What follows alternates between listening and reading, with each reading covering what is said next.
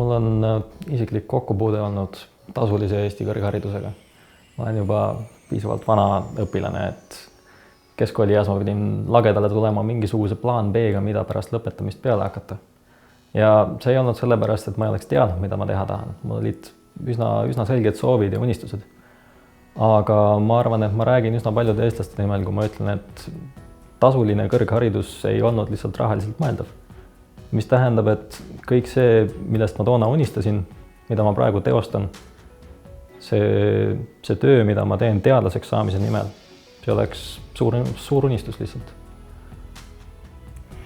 Mina saan kõrgharidusega kindlasti eelise tööturul ning kui ma olen ka kõrgharitud, siis mul on rohkem võimalusi panustada nagu ühiskonda, sest et ma olen ise rohkem haritud, intelligentsem ning näiteks valima minnes teen paremaid valikuid meie riigi jaoks. Ma õpin farmaatsiat. Selleks, et kunagi tulevikus töötada apteegis, ei ole mul muud võimalust, kui omandada vastavat oskusi õpetav kõrgharidus. Tulevikus, kuidas ühiskonda panustada? No ilmselgelt inimeste rahva tervise eest hoolitsedes.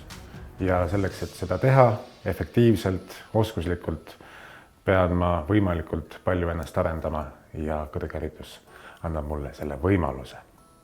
IT-tudengina on kõrghariduse omandamine ja ülikoolis käimine mulle väga heaks võimaluseks saada erialaseid teadmisi ja väga palju uusi oskusi IT-valdkonnas. See aitab mul ka väga lihtsalt minna edasi tööellu ning panustada Eesti kõige kiiremini arenevasse valdkonda IT-sse. Mina saan üpris laiapõhjalised teadmised erinevatest ravimitest ja tänapäeval päris paljud haigused on just ravitavad kaasaegsete ravimitega.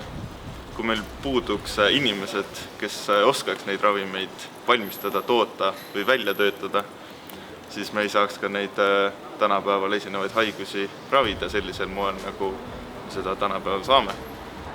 Kuna ma õpin Lennuakadeemias, siis kõrgharidus võimaldas mul saada laiapõhjalised teadmised nii Eesti lennunduses kui ka maailma lennunduses.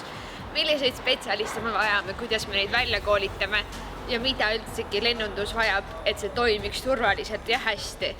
Kuidas ma ka tulevikus saan tänu oma haridusele panustada on see, et ma sooviksin arendada Eesti lennundust, sest inimesed tahavad lennata, inimesed tahavad reisida ja seda me peame neile võimaldama. Ja selle jaoks on meil vaja spetsialiste ja ma olen üks nendest spetsialistidest, kes sooviks seda ära teha.